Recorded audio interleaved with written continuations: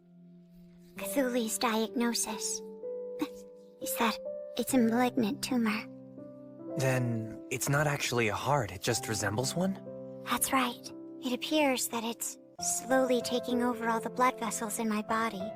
It's taken root, and now it's actually changing the very way that my blood circulates.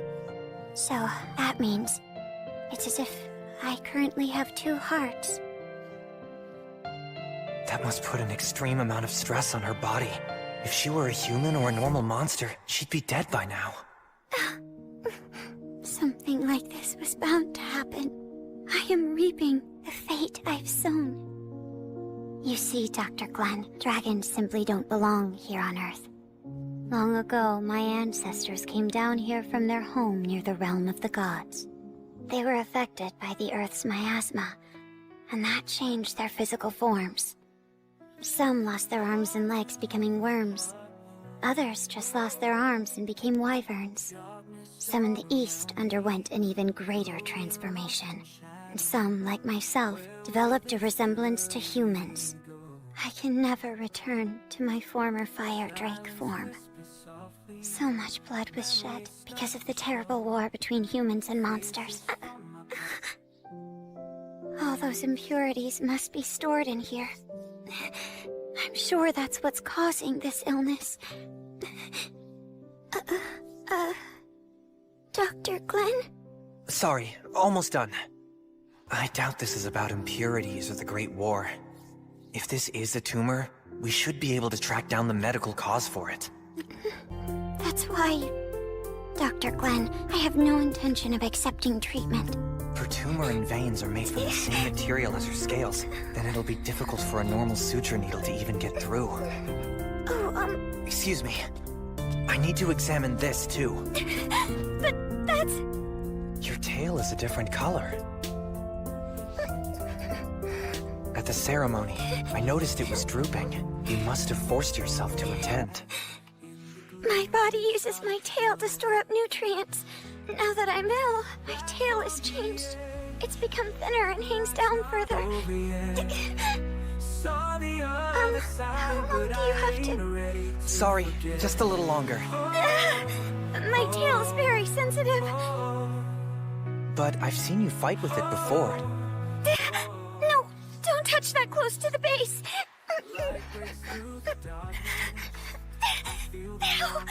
No, please, no. My wings are very sensitive. I'm sorry. I just want to make sure nothing else is wrong. No, I can't. Dr. Glenn, please listen. What's going on in here? I heard Lady Draken is crying through the door. What in the world did you... Oh.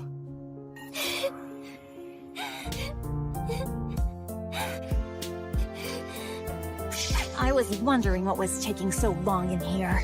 Well, Doctor, you still going to claim you're examining her heart? Really? Huh? No, Relax, I'll be kind. I'll lop off your head so you won't feel a thing. Wait, what?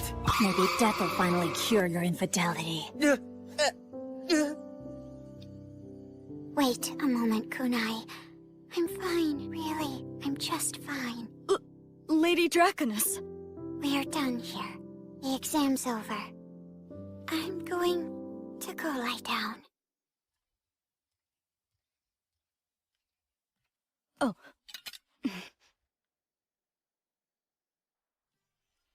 So, what exactly is it that you want from me? It's about Lady Scotty's surgery. I'd like to get your help with it. Well, if you went through all the trouble of examining her, I'll just leave the rest to you and Saphentide. As I'm sure you're aware, her tumor is connecting itself to the major veins in her body and taking over her circulation. Therefore, to avoid a massive hemorrhage, after we sever those connections to her blood vessels, we'll need to reattach her veins to her actual heart immediately. To limit the stress to the patient, we'll need to be fast and have as many hands as possible. Since you have arms and tentacles, you can make this operation possible. Doctor, I'm asking you to please help. C-. So, Glenn, did you get your patient to agree to this? I was just about to do that. Come back after you've convinced her. And if I'm able to do that, then will you help me? Dr. Glenn, I'm sure that Lady Cthulhu has her own reasons for not. I am certain I can convince Lady Scotty. That's why I'm asking you now. You make it sound so simple, you foolish novice. Glenn, you must realize how difficult Scotty's surgery will be. You do, right? Yes, of course. It's no ordinary tumor. The heart-shaped parasite that's currently attached to her chest has already infiltrated and now controls over 100 of her veins. Are you implying you'd be able to take care of all of them? Yes, I can, but only with your help. If I could have, I already would have!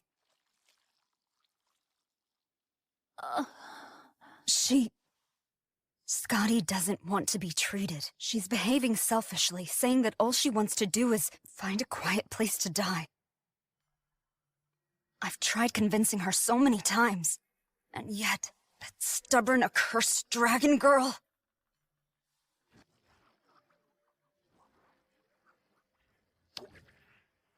Glenn, you really believe you can convince her? Yes, I do. Why do you insist on going so far? You haven't even known Scotty that long. You're right. I don't know her. Then why do it? Because no one wants to save Lady Scotty more than you do, Doctor. She's your patient. I know you're the most motivated to try. That's why I came here to see you. So that you and I could save Lady Scotty together. Oh, the two of you. What? Again? Wait, me too?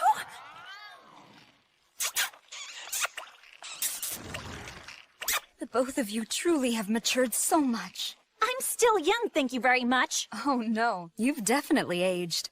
I can hardly believe how much you've grown since the days I taught you at the academy. Doctor. Lady Cthulhu, careful where you're touching! Poor Saphentite. I realize that I've caused you trouble, and Glenn's so young and reckless, I'm sure he's done so as well. Wait, what do you think you're doing? What am I doing? I'm praising you, of course. My!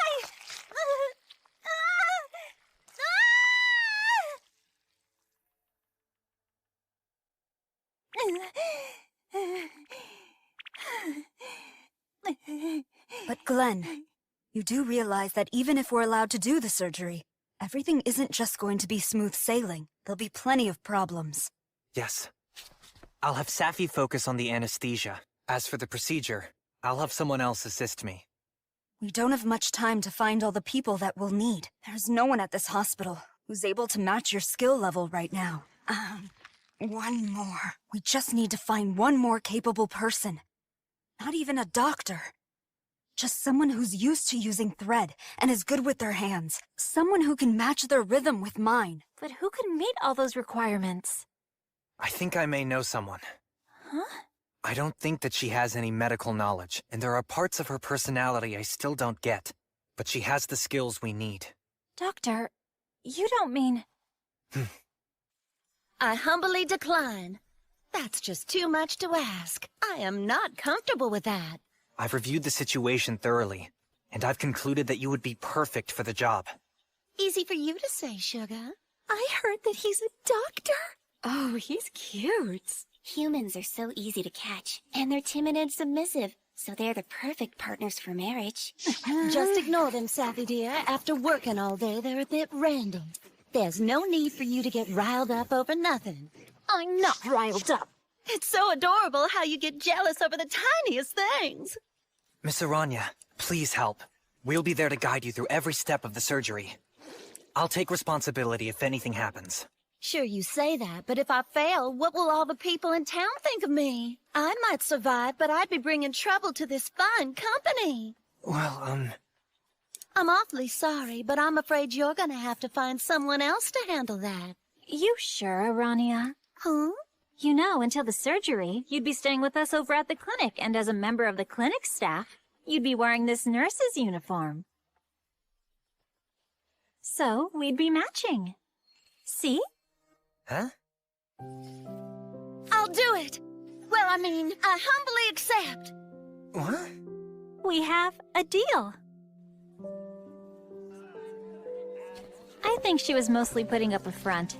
She was planning on agreeing to help right from the start. Oh? Although I don't think all of it was a front. I just mean that she may have an ulterior motive, so we ought to be on our guard. Well, even if she does, she'll be a big help. That being said, Dr. Cthulhu is correct. We have lots to do before the surgery.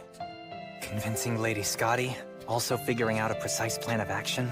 We'll have to teach Urania a few things, and keep up our usual duties at the clinic. We've really signed up for a very difficult task here. Safi, sorry if this is causing you trouble. Oh no, I'll always be here to help you no matter what you may decide, Dr. Glenn. Thank you, Safi.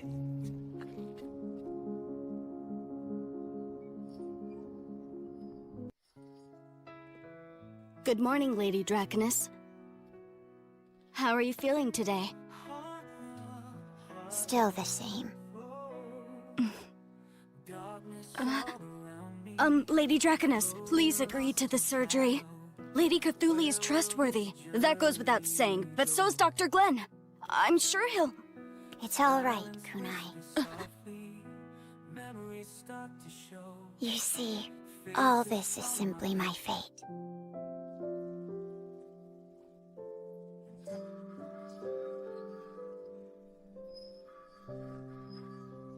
Hello there.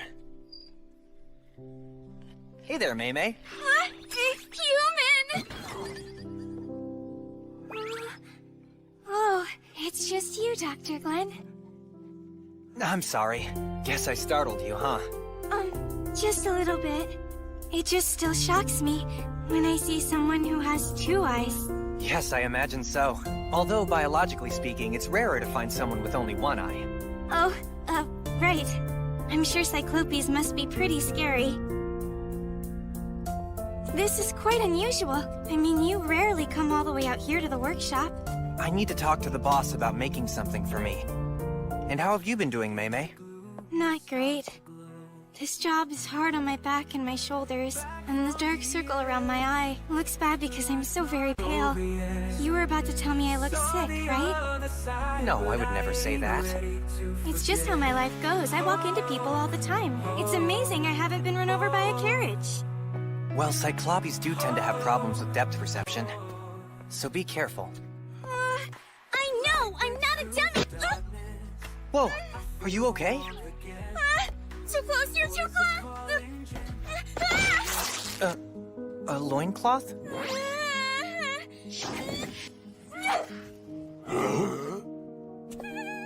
I can't believe you saw that! Now I can never get married! Not that anyone would ever want to marry me anyway. You should probably watch where you're going. Boss, you got a visitor. Oh, hello there, Doc. Wasn't expecting you. Didn't I already deliver this month's order of tools? About that. Performing surgery on Lady Draconess, huh? Yes. Dr. Cthulhu and I will perform the operation, as a team. However, we need tools that we can use for the surgery, so... We'll have to gather materials, and they're not cheap. We're gonna need some time, too. Don't worry about the cost. The Central Hospital will cover it. As for the time frame, we'd like it within a month at the latest. A month, eh? Very well, then. I'll do it. Really? Yeah, I'll stake my pride as a Cyclops on this. Although, I can't make promises about the needles. It won't be easy to make something as small as a suture needle that's strong enough to get through dragon scales. I can't guarantee we'll achieve that by your deadline. But you will try, right? Of course we will. I'll put one of my best workers on it. But still, I don't want to make you any promises. Please just try. Maymay, you want to make the needles? You want me to do it? Yeah, they're small, but I think it'll be a good challenge for you. No way! I can't do that, boss! Someone like me make something so important? Oh, come on now. I think you're ready to handle making something all on your own. Yeah, so you say, but I know what you really want, to be able to put all the blame on me when the surgery fails, right? Once it does, because of my bad needles, the city will be thrown into total chaos, and the tabloids will expose my private life, which means I'll have to move out of the city. Boy, you really don't know how to think positive, do you? Stop your yapping. You can do this. But It's up to you, Mei-Mei. Oh no, not you too, Dr. Glenn. What in the world? My goodness, what is all this mess? Huh, you're being too rough. Dr. Glenn does a far superior job. Well, what did you expect? I'm still an amateur at this, you know. Although, I never ever expected to find you working here. I thought it was just some kind of joke.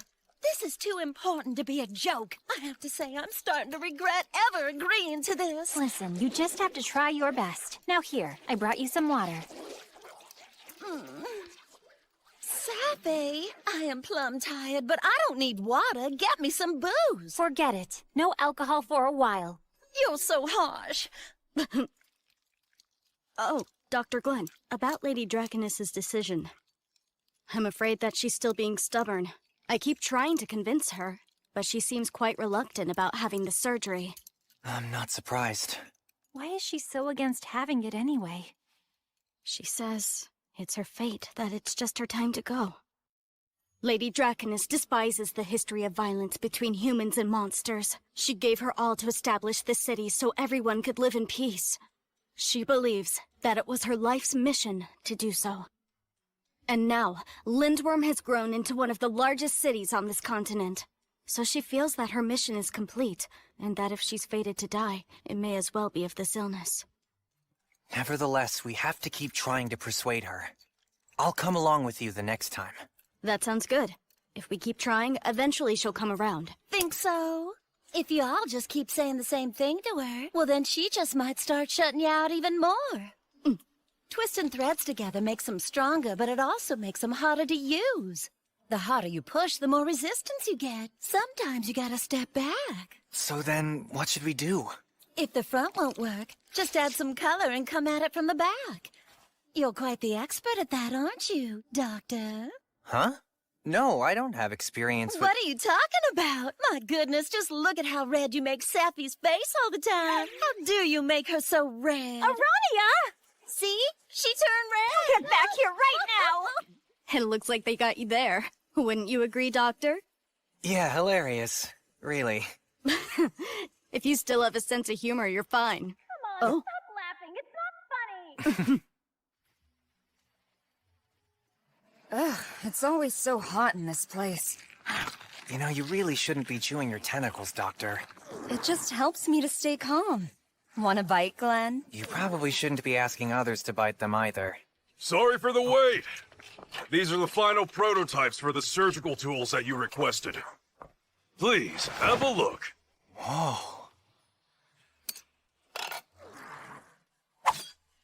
Wow, it's very sharp. I really like it.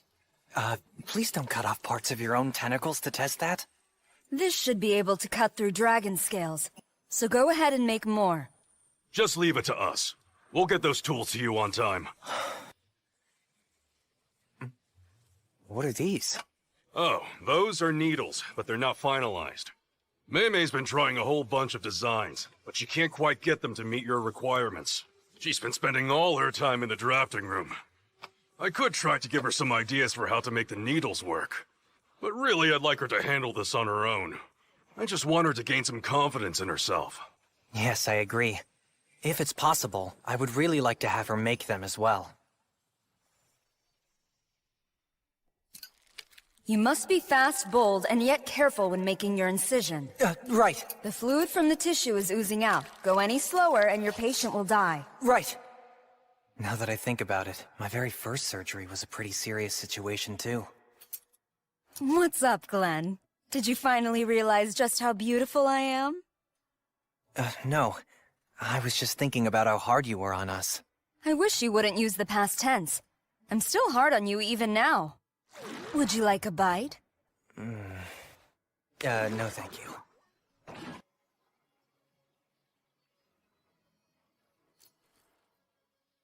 This won't do either. This just isn't working. I need to think of some other way to approach this. Way to make it strong enough and easy to reproduce.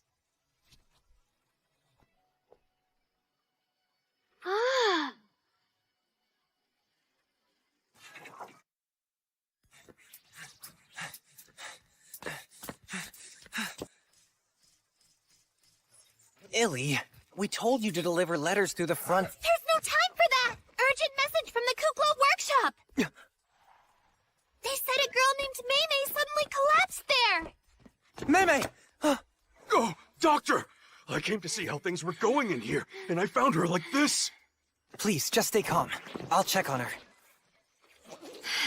She's breathing. Good. Now, Maymay, can you hear me? Her pulse is weak, but it's there. I need to make it easier for her to breathe. Safi. Right.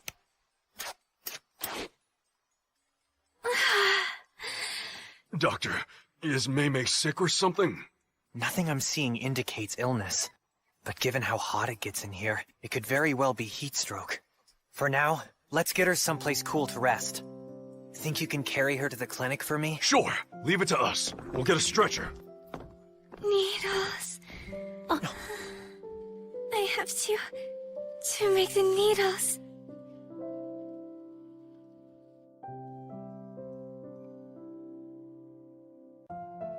What I've always wanted to be is an artisan. Now that there's no more fighting, I wanted to make peaceful things. Something other than axes and knives, which just remind us of the war.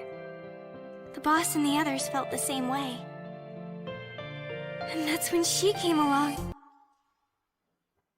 I've been told that you Cyclopes were once well known for making weapons, but now the Central Hospital would like you to make medical tools instead. I'm sure the techniques you've honed making weapons will be useful. But this time, the tools you make will be used to save lives. I promise you that your skills will save many more lives than those that were lost amid all the bloodshed of the war. She was able to shake us to our cores with just her words. Someday, I want to be an artisan who will be needed by others. That's how I felt. I waited so long for the chance to do a job that could help her. For the day when I could save someone.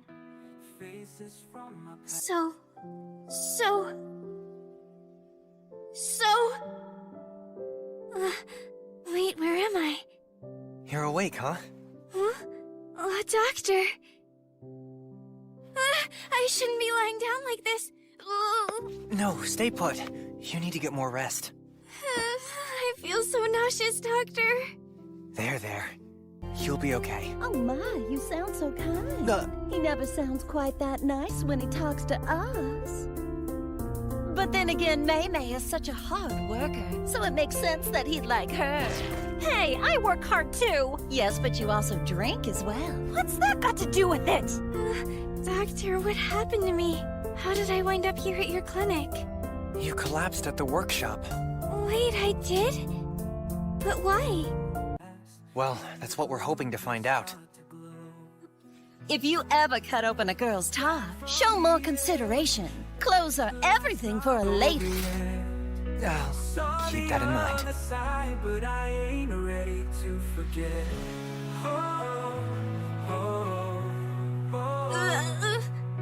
Not to worry. We're almost finished. Should we get her some eye drops, Doctor? No, her eye isn't the issue. Instead, can you prepare herbs to calm her nerves? Yes, right away. So, what kind of ailment does she have? She's not actually sick. Maymay's just a bit tipsy. Huh? Tipsy? Maymay, were you drinking, girl? Of course not, I wasn't! No, she wasn't intoxicated. It's something more like motion sickness. Motion sickness? What? Cyclopes have excellent eyesight, and partly because of that, the semicircular canals in their ears that sense spinning or movement can become stressed quite easily. I feel sick! I'm great! Riding in a carriage, staring at a water wheel, or even something such as repetitive back and forth or up and down movement can cause stress to the canals, making you feel as if things are spinning, causing hazy vision or even hallucinations. But I thought she was in the workshop when it happened. I don't think there are any carriages or water wheels in there. Exactly. Maymay, do you remember what you were looking at in the drafting room? Here you go. Oh, thank you very much.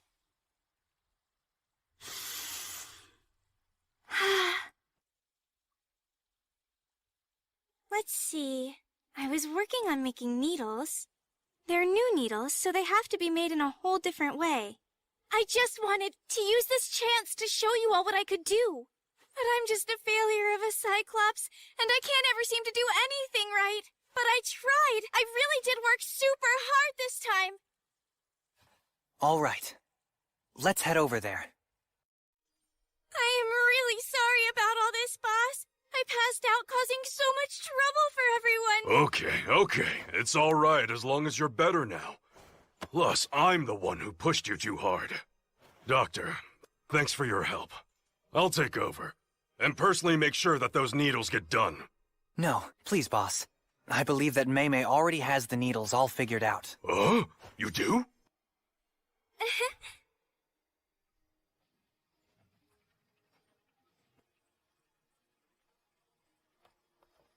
This machine, it's what helped me out. Spinning wheel? Yes. At first, I was just molding iron into needles and trying to strengthen it. But it still wasn't strong enough to get through dragon scales. I changed the ingredients and tried other things, but the stronger ones were too complicated to make, so we couldn't produce them in bulk. Yes, I figured that was the case. And that's how I thought of using this machine. It rotates and stretches the materials put into it, which means that we can stretch out hard steel to make wire. If we stretch the wire, we can cut it into small pieces and make them into suture needles that can be mass-produced. They're strong to begin with, so they shouldn't break. Though steel is strong, you may only be able to sew 10 sutures or so before they become dull. But with this method, we'll be able to make however many you need, so it's no problem if you have to keep replacing them. Once I figured it out, I knew this would be a big help with the dragon surgery. I mean, you may never use something made by someone like me, but I thought you might perhaps consider using them, even though you probably don't want to, so I... Mei, you're very close.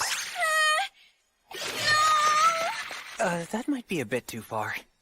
Finding the right balance sure can be hard, can't it? I see. It's thin, but very strong. Yes, and it's quite durable. We can make more than enough for your order with this technique. Don't you think, Doc? Yes, I think it'll work. These needles should be able to get through dragon scales and the gaps between them. Job well done, Mei. You're definitely on track to open up your own workshop. Please, no compliments. I'm sure you're just saying that. Probably because you'll want something from me later on. No, that's not true at all. Yes, we're truly grateful to you. Thank you.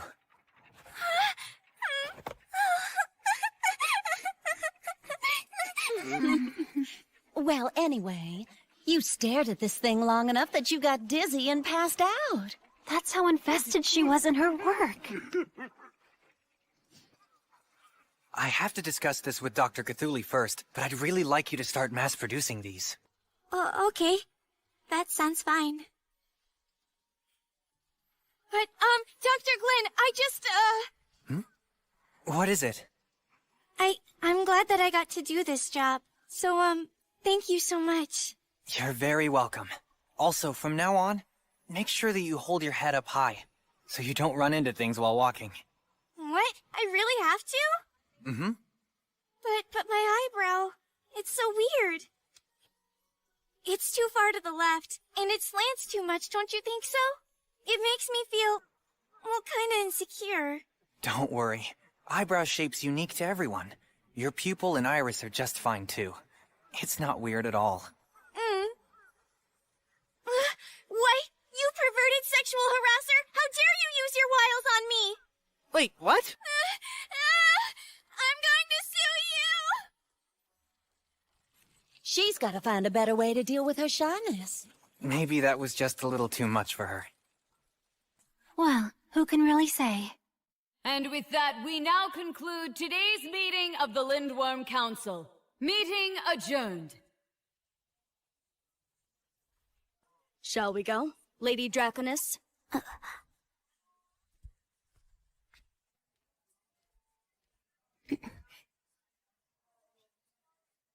You're still trying to change my mind? Yes, I want you to undergo the surgery. I'll keep asking, no matter what.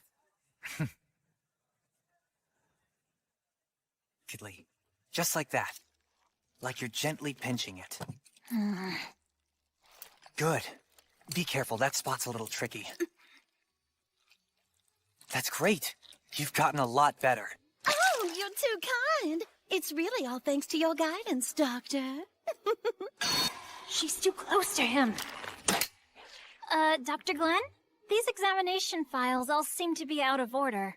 No, sorry. That's strange. I could have sworn I put them in there the same way I always do. It's all right. I'll fix it. More importantly, isn't it about time for you to head over to Central Hospital? Oh, yes, you're right. I have to stop by the workshop and the council, too. What about your dinner? I'm gonna be back pretty late. I'll grab food while I'm out. Just go ahead and eat without me. Okay, I'll be back later. Have a good day. Are you sure about this, Sappy? Look, if you act too coy and don't just say, look at me, pay attention to me, then I'm afraid that men will never catch on. I don't mind. It's not as if staying behind is anything new for me. Really? Whatever do you mean? When I first left Glenn's home as a child, I thought I'd never see him again. I was basically all alone. Until the two of us reunited at the academy years later. But now, as long as I wait here, I'll always be able to see him. He'll always come home to me. Oh, yes, I see. Well, Dr. Glenn certainly is very loved, isn't he? Yes, so there's no room for you to butt in. You know, I'm a little envious. Thank you for everything you're doing, Arania. It's good to take a break now and then. Been a while since we've come here, hasn't it? True, it's so nice to get out. But why is she here with us? Well, we're having a girls' night out, right? Since you two know each other, I thought, why not? I'm honored you invited me to come along, Sappy. We are at a pub, so why ever are you drinking fruit juice? Oh, it's simply because I don't partake in alcohol. Well, whatever. I suppose it's not as if the alcohol will taste less sweet with you here. Yeah, since it's just us girls tonight, feel free to talk about whatever you'd like. I almost forgot to ask you, did that connection end up being helpful?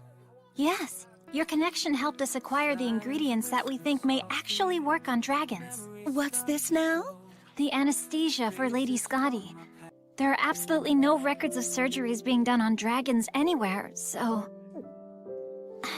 Thanks to Scythia Trading Company's connections, we got a hold of a few ingredients for an anesthetic from some humans in the East. The key ingredient is... What is it? It's alcohol called ginjo. Apparently it's something that's just made in the East, and we understand that it has sedative properties that affect dragons. Oh!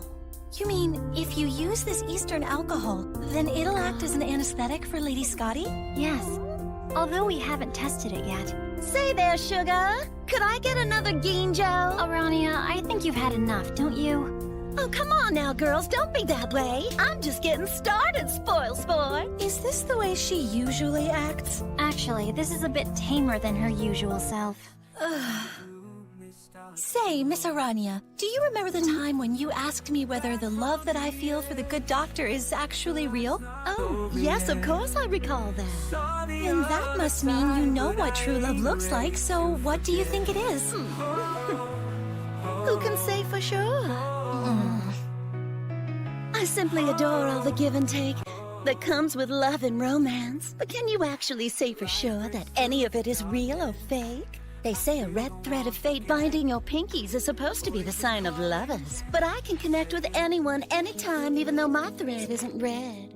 I don't care who it is, a guy or a girl. Understand? Huh? Now both of our pinkies are linked together, and that means we're BFFs. Isn't that right, Sappy?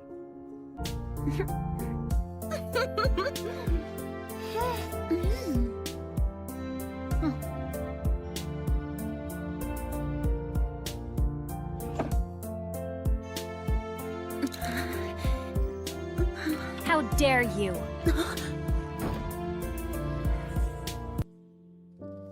You didn't even bother to set a trap in the hallway. That's awfully careless of you, Arania. Sappy, you... How did you know that What is it with you? Where'd your accent go? And you're not even using your usual excuses either. That isn't like you one little bit. It's no big deal when you do things like hide Dr. Glenn's stethoscope or rearrange his examination records. I'm willing to overlook pranks like that. But I simply can't let you have that. Because it's something very precious that I gave Dr. Glenn.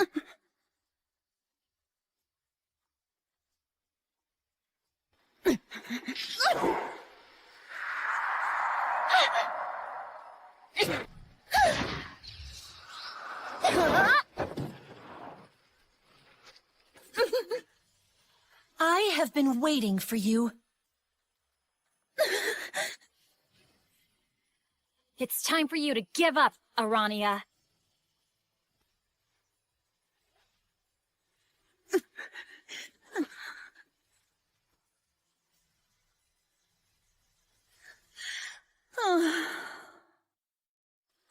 I stole something. But y'all aren't gonna turn me in, are ya? Well, Miss Arania didn't actually steal anything, did she, Safi? No, she returned it immediately. Yeah, but... I see that your accents come back now. Although it seems to me that you only came up with it in the first place, so you could hide your true self. Honestly, though, I think that accent suits you very well. I know we've been asking a lot of you and you're stressed, so I confess that I was aware your bad habit might make an appearance. I suppose that you saw right through me. Yes, I must admit that I've always been this way. The closer a connection I develop with someone, the more trouble I have fighting that feeling of being compelled to take what's theirs for my very own. But that really isn't the only issue, is it? You decided to put me through a test back at the Harpy Village by attempting to make Dr. Glenn your own. You wanted to see if I'd still be friends with you, or if I'd leave you behind like a broken thread. That's what you were doing, isn't it? What a cowardly move. Yes, you're correct. She is a coward. She's always just longing for someone to need her, for others to forgive her for what she's done wrong. There's no value in a connection you can make with just anyone at any time. You must know that deep down inside of you. This might not mean much to you, but I've never doubted my friendship with Kay and Lorna. That's because I trust both of them. And they both put their trust in me as well. If you have a bond that you share with someone, you really shouldn't ever have the need to test it. It should be something that you constantly work on strengthening. You remember what you said to me the other day, Arania? That you and I would be BFFs because of our pinkies being connected? Why not try believing it, and not just saying it?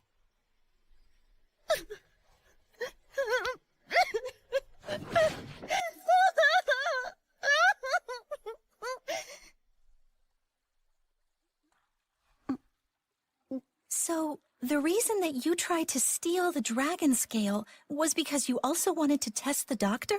Yes, that's right. And I knew Safi had given it to him, which made me want to steal it even more. What are we going to do with you? But even if you'd successfully stolen it and we forgave you, you still wouldn't be able to bring yourself to trust us completely, now would you? I guess I would have just assumed that you were only keeping me around until the surgery was over, 'cause y'all needed my help to get it taken care of. Why are you like this? I want you to be totally honest with me. You don't really get what he's about, do you? He confuses me to no end. Every day he treats me so kind and just keeps on teaching me, as if he's completely forgotten what I did to him.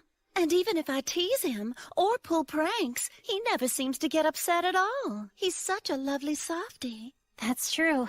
But what confuses me is after all that, you still can't trust him. Yes, well, unlike both of you, my dear, I don't trust a single living soul. How I'd love to find out just what kind of secrets Dr. Glenn has hidden in the shadows. You just got done crying, and yet here you are scheming again.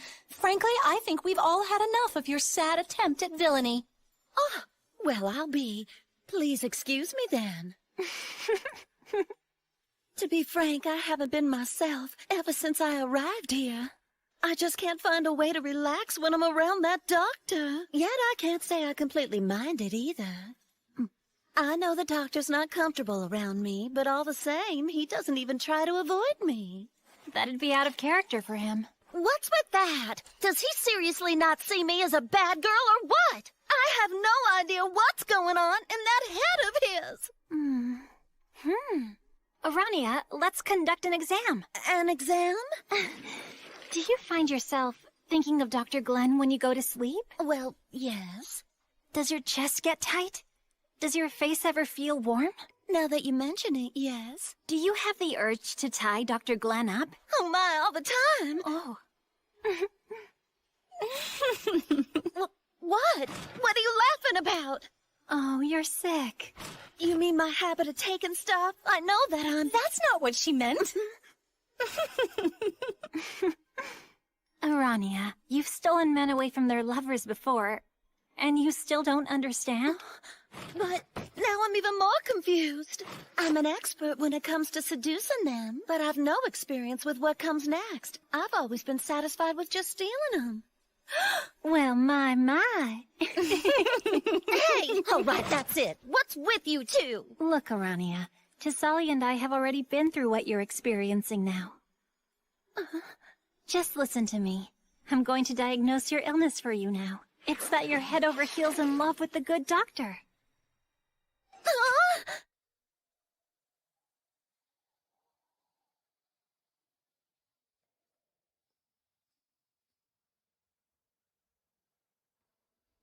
You never quit. Don't you get tired of coming here every day? Well, I still haven't achieved my goal just yet. Yes, I suppose so. Kunai, lift me. So, would you like me to do it? Yes, please. Dr. Glenn, is it okay if I tell you why I'm refusing the surgery? Yes, please. This is Lindworm. It accepts all humans and monsters without bias. 10 long years. That's how long I took to build it. I know. You turned it into one of the best places in the world. As a dragon, this is exactly what I wished for. I'd never liked wars or violence. I descended from the heavens to stop the war, and took on a dragon form to act as an arbiter between both sides. Sometimes I'd intervene in order to keep the peace. After interacting with humans for so long, I ended up in this form. If I'd gone home, I should have been able to maintain my dragon form, but I wanted to stay on the surface and live among the humans and monsters. I wanted to observe them longer. After the 100-Year War, I decided that in this former fortress I'd build a city that would never go to war. A place named after a dragon where humans and monsters could live. May the dragons protect you. That's what the name means. The city still continues to grow. Humans and monsters now recognize they need each other in order to survive.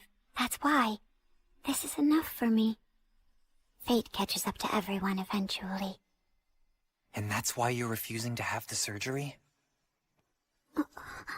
You made a city that won't go to war, and it all went wonderfully.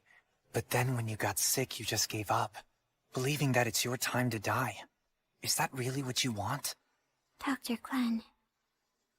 Miss Kunai, perhaps more than anyone, is always looking out for you. Dr. Cthulhu's at her wit's end, trying to figure out how to make the surgery a success. Mei and the others are working around the clock to make the tools. Lulala continues to sing at the Central Council Hall, praying that you get better. The citizens here in Lindworm are good people and good monsters. Wouldn't you like to watch this city's progress a bit longer? I'd like that for you. I'd like you to see how this charming city ends up. And that's not all. I'd like for you to keep watching over us. This simply isn't your time to go. After all, your ailment's curable. And that means that it's not your fate to die just yet. Lady Scotty, if part of you wants to keep watching over us, just say yes. Please allow us to assist you now. It's all right? Really? For me to continue to live a bit longer? Of course. Although, Doctor, you really have no idea how boring it can be to live such a long life. Oh. So what exactly should I do with my time? Well, let's see. Maybe you can eat new and delicious foods or sweets? Actually, in the renovated waterways, I just heard a new sweet shop opened up.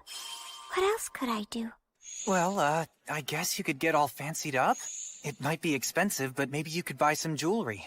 Oh yes, jewels are good. Sparkly things are nice. What else? So what else could I do? What are some of the normal things girls like to do? Well, dating, I suppose?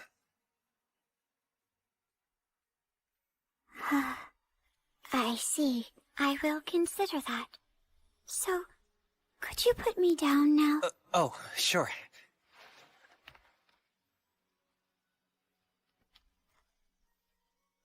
Okay, Dr. Glenn. I'll go through with the surgery. I'll put myself in your care. Great. I'll take care of you. I'm counting on you. Completely.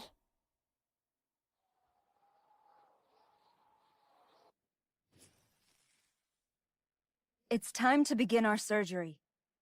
To remove Scotty Dragonfeld's tumor. All right then, Saphentite? The anesthesia has taken effect. Her pulse and blood pressure are stable. That's very good. Let's start. Right.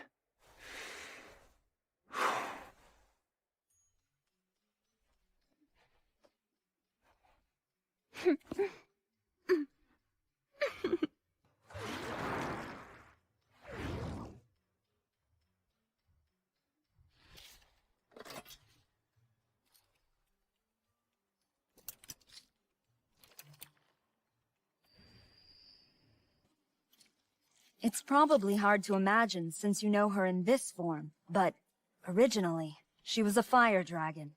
That is, a dragon that breathes fire. What allows her to produce flames are the flammable, noxious gases inside of her. That's why fire dragons' internal organs are shielded by pyrite and vivianite, because those minerals protect the dragons from those gases. The reason that Scotty's internal organs and blood are blue is because they contain those minerals.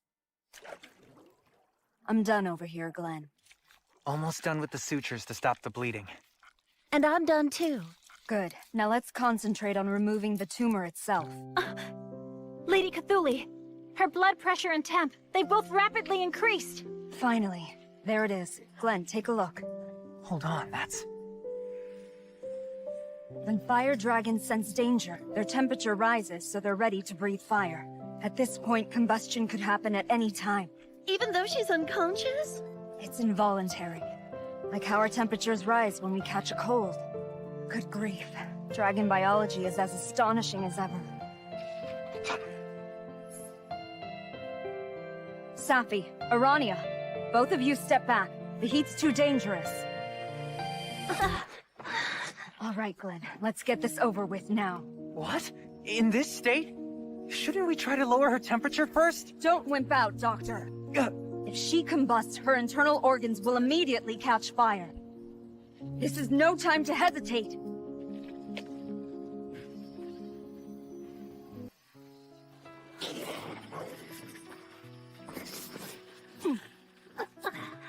Dr. Cthulhu! Glenn, sever the tumor right now, while I'm restraining her! Quickly! Right.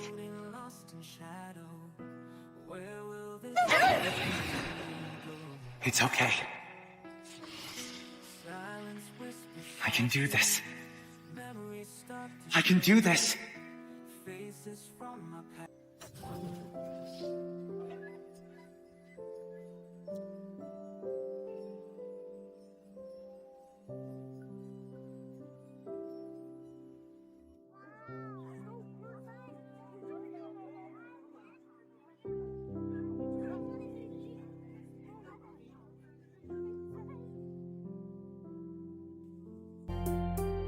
I'm sorry to have worried you.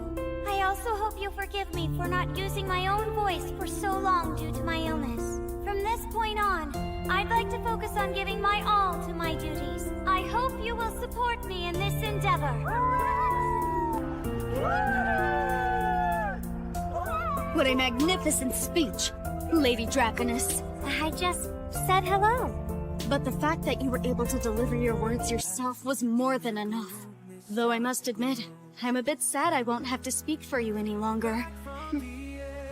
Everybody seems so happy, and it's all because my surgery turned out to be a success. Why, of course. Earlier, Dr. Glenn told me that he wanted me to be able to see where this city is headed. I may have been looking at this world from the sidelines without realizing it.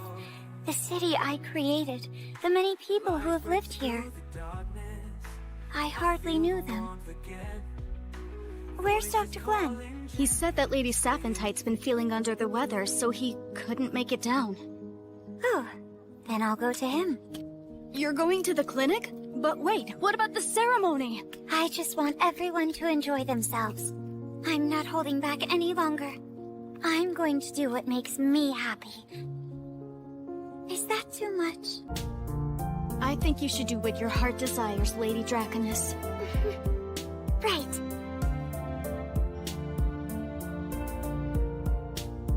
I'm going to show Dr. Glenn exactly what happens when he brings a lonely little dragon out of her shell. How are you feeling, Safi? It's rare for you to catch a cold like this. Then again, I did push you pretty hard for Lady Scotty's surgery. I'm sorry. Maybe we should warm you up a little bit more. I know, how about some hot wine? Huh? Safi, could I take a look in your mouth, please? No thanks. I knew it. Something's going on in there. All right, open up for me. But doctor, I can take care of this myself. You seem to have forgotten you're ill. Now open up. Doctor, please hurry up.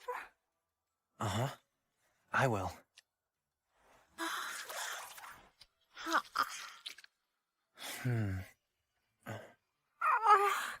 Dr. Glenn! I think I found it. This isn't a permanent fix, but honey has antibacterial properties that'll work on canker sores. Sorry, I'm almost finished. There, all done. Doctor, I appreciate that you do things delicately, but that treatment just took way too long. And now, my mouth's so tired. Sorry. Also...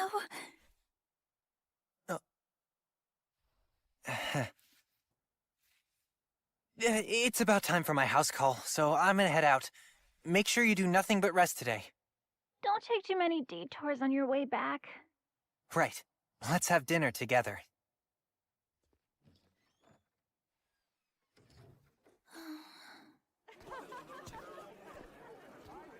Oh? Can you fix it? I'm not sure. The wheel bearings seem to be shot. I can't believe the wheel came off like that. Well, thankfully Lady Draconess wasn't injured when it broke, but you need to do a better job of taking care of that carriage. My apologies. Hey there. Oh, hi, Dr. Glenn. What brings you here? Oh, my. Lady Scotty? Now I don't have to find you. Let's go somewhere private. Huh? Somewhere private? I'm talking about a tryst. No, Big Brother Glenn? Big Brother? What? But I have a house call to make. Can't it wait? I can't. I have a patient waiting for me. Too bad. Lady Draconess, just what do you think you're doing? If you want to hug someone, hug me. Why are you acting so lovey-dovey with Dr. Glenn anyway? Well, after all, he did cure me. See? Lady Draconess, that's so indecent. Did that excite you, Dr. Glenn? Well, what do you say, Dr. Glenn? Oh, no. Well, why not, huh? Lady Scotty, could you please just button yourself up now? Do it for me. Once you button me up, let's go play, Big Brother Glenn. Please, I really need you to stop calling me Big Brother. Please understand, Lady Draconess. I know I said you should do as your heart desires, but I didn't mean you could get in the way of Dr. Glenn's work.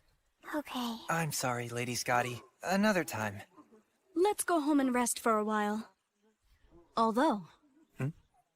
With this carriage broken, we will have to wait here until another one arrives. Hi, Doctor. Is something wrong? Huh?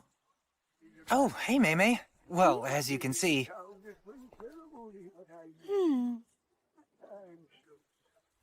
Do you have a moment? I might be able to fix this with the tools I have. All right? What? Really?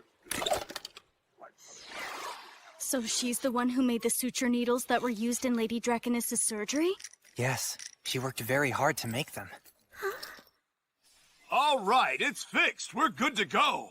So your carriage should be all set now. My father makes them, so I think my skills ought to be pretty good. Thank you. You sure helped. Oh, it was nothing. Oh my. So you saved me again. What? I did? If it weren't for all of your efforts, I might not even be standing here right now. Thank you. Oh, it was nothing. I mean, if I could fix this carriage and make those needles, then anyone could have done it. In the end, I really didn't do anything at all. I really didn't. Doctor, what kind of service would you call this? How much am I going to be billed later? I'm, pretty sure you won't be. Kunai, give Dr. Glenn and Mei the item. Right. You want to give us an item? Something I received at the ceremony. A token of my thanks. Please accept it. See you later, big brother! Give Lady Saphentide our regards! With that wheel fixed, this carriage is so light! It's no wonder the carriage broke down if these two giant barrels were riding in it. What should we do with all this wine? Oh, I'll go ahead and take it. I can't drink it myself, but I'm sure the boss and everyone at the workshop will love it. And I'm willing to bet that Safi will enjoy the wine as well.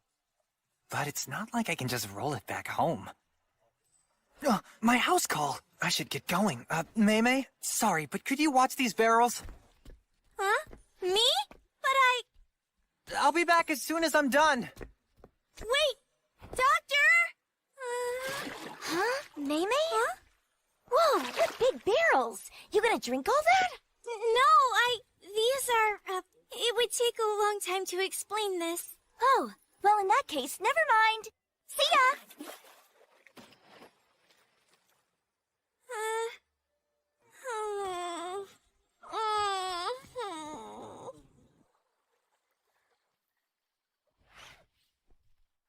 Oh, for crying out loud, Arania, what are you doing here?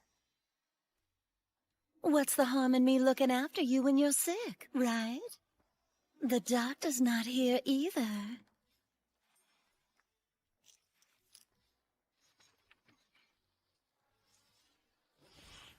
All right, now I'm all done.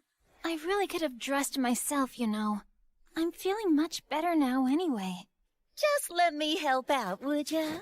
And besides, if you stayed in bed longer, well then, I'd have more opportunities to tease the doctor. Arania, stop. You're scary. My goodness, you take me so seriously these days. Look who's talking. I just mean that you've become so devoted. The doctor's gonna be back in time for dinner, isn't that right? I bought us some fixins so later on we can prepare it together. Sounds good. I can't just stay in bed forever. All right then, up we go. Is that the last one? It is. Thanks for unblocking the river. I didn't know what we were going to do when that boulder fell. Thank you so much. Anytime. This stuff's no big deal at all. Lady Goddess, please share our village's harvest as a token of thanks. Wait a second, food? Oh, that's right, I forgot! I found a lot of these in the mountains, so I brought them with me as a little gift for you villagers. Isn't that a bit too much? Huh? Why is this happening to me? I'm so shy, I just want to disappear into nothingness. Nothing to nothing. Sorry I'm late. Nothing? You have some nerve leaving me with these, Doctor. You're probably in a great mood after being praised for your hard work and being gifted expensive sweets or something. I'm not quite sure what you mean, but I'm sorry. Anyway, don't worry. I found someone to transport the barrels. But that isn't really the issue here. What?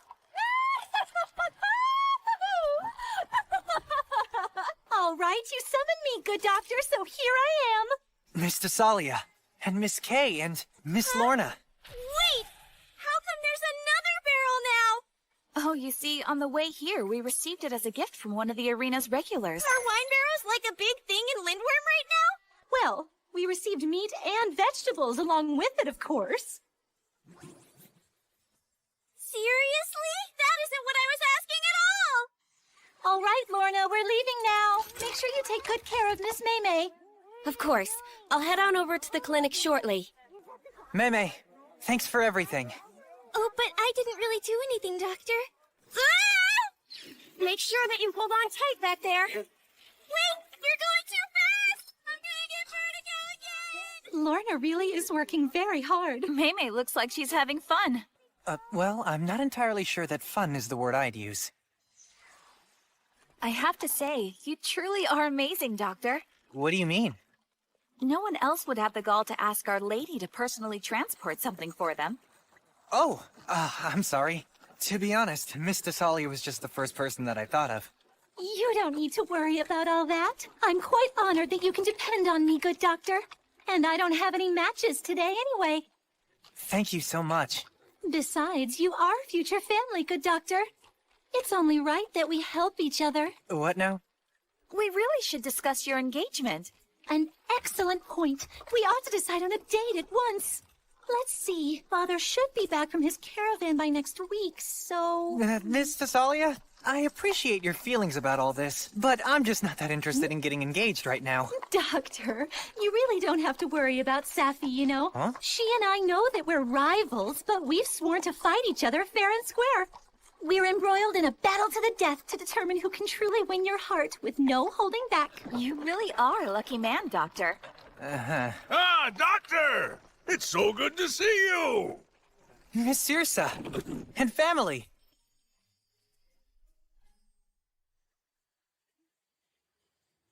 He told me that he wouldn't take any detours. He only went out to make one house call, though, right? I sure hope that he hasn't been dragged into some kind of trouble again. Well, you know, if you worry too much, that's kind of like pestering the doctor. I say you ought to do what I do, Sugar. Let him run around a little bit and just set up a web trap in his room. How would that be letting him run around? Well, anyway, beyond all that, I just hope that no one's out there hitting on him. You're gonna give yourself a fever worrying so much, child. Although I must say Dr. Glenn is quite popular. You came to see me! Yes, Lulala. I came all the way down here because I wanted to examine your gills, nictitating membranes and webbing. Oh, Doctor! Lulala. It could be something like that, or... Oh, well done, Glenn. You've earned a perfect score. You really are my very best student. Or something like that. You see, that isn't too hard to imagine. That won't happen. It might. Just look at Dr. Glenn and how he treats other girls behind your back. You do remember when Thessalia ruined your attempt at being a villain the other day, don't you? Oh, come on now. I'm only teasing. Illy! What is all this? Food from my village in the mountains. The lady goddess and everybody else in my village wanted Dr. Glenn to have this food. But we're never gonna be able to eat all of this. So hey, is the doc out or what? He's doing a house call now. Aw, that's no fun. I'm back, Safi. Sorry it took so long. Doctor! I've been waiting for you! Doctor! There you are. I see everyone's here. How good to see you! It's good to have you home, Doctor. You took quite a while, though. Did something happen? Nothing major. But more importantly, how are you feeling? I'm doing much better, and it's all thanks to the intimate treatment that you gave me earlier. Oh, that's good to hear. Good doctor! Huh? May I come in? Oh, I'll be right there. Oh, what in the world is all this? Well, some things happened, and everyone that I ran into on the way home just kept on giving me food. That's how I ended up with all this. Oh my, yes, I see. Just what's going on here anyway? Lady Scotty, didn't you return to the council for the day? Mm-mm. I came here to see you, Big Brother. Here's a gift. Dragon dumplings. Big Brother? Oh, wow. Thank you very much. And they're Lindworm's famous dragon dumplings. Hey, Doc! Boss, and Maymay, and... Maymay filled us in. We thought it would be more fun for us to drink with everyone else here. The more the merrier, right? Well, as long as it's not any trouble. No, it's no trouble at all. What are we gonna do now? This is way too much food and alcohol. Well, you heard what the boss said. There's just one solution. Maymay's my very best apprentice. Come on now, drink up. Can you really, boss?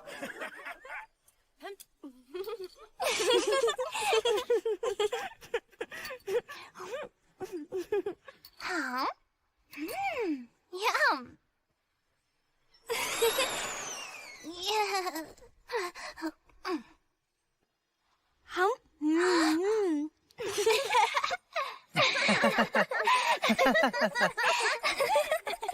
Honestly, it's just so much work falling for someone that popular. Now I understand how terribly you suffer, Safi. If that's the case, then why don't you just back off? No, absolutely not. 'Cause my crush is just getting started, Sunshine. And it appears that we have yet another worthy opponent who's now entered the arena. No way. And who would that be?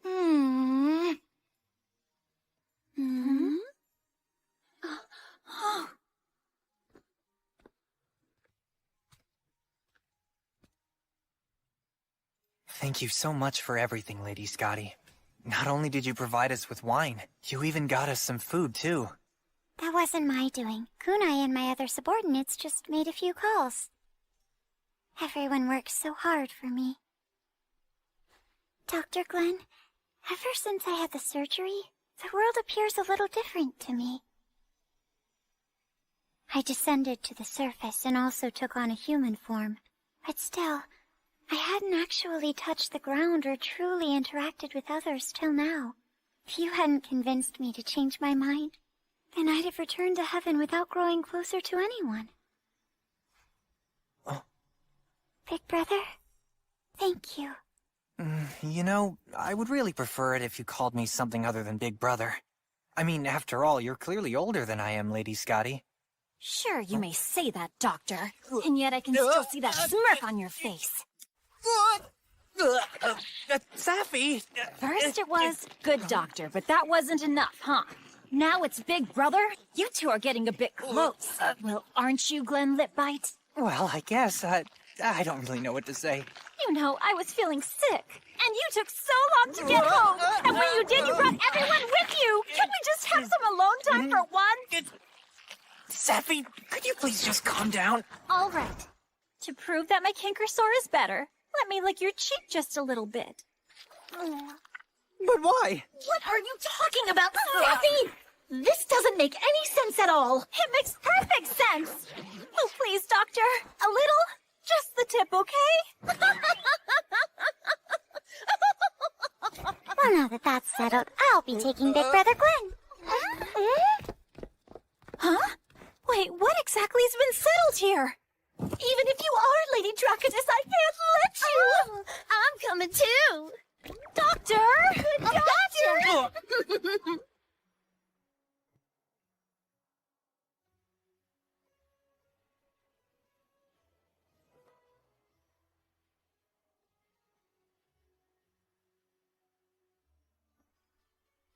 A unique clinic can be found near the waterways in Lindworm. And there you will find a young human doctor who specializes in treating monsters. And his name is Glenn Lipbite. This tale about the adventures of that young doctor and his friends has only just begun.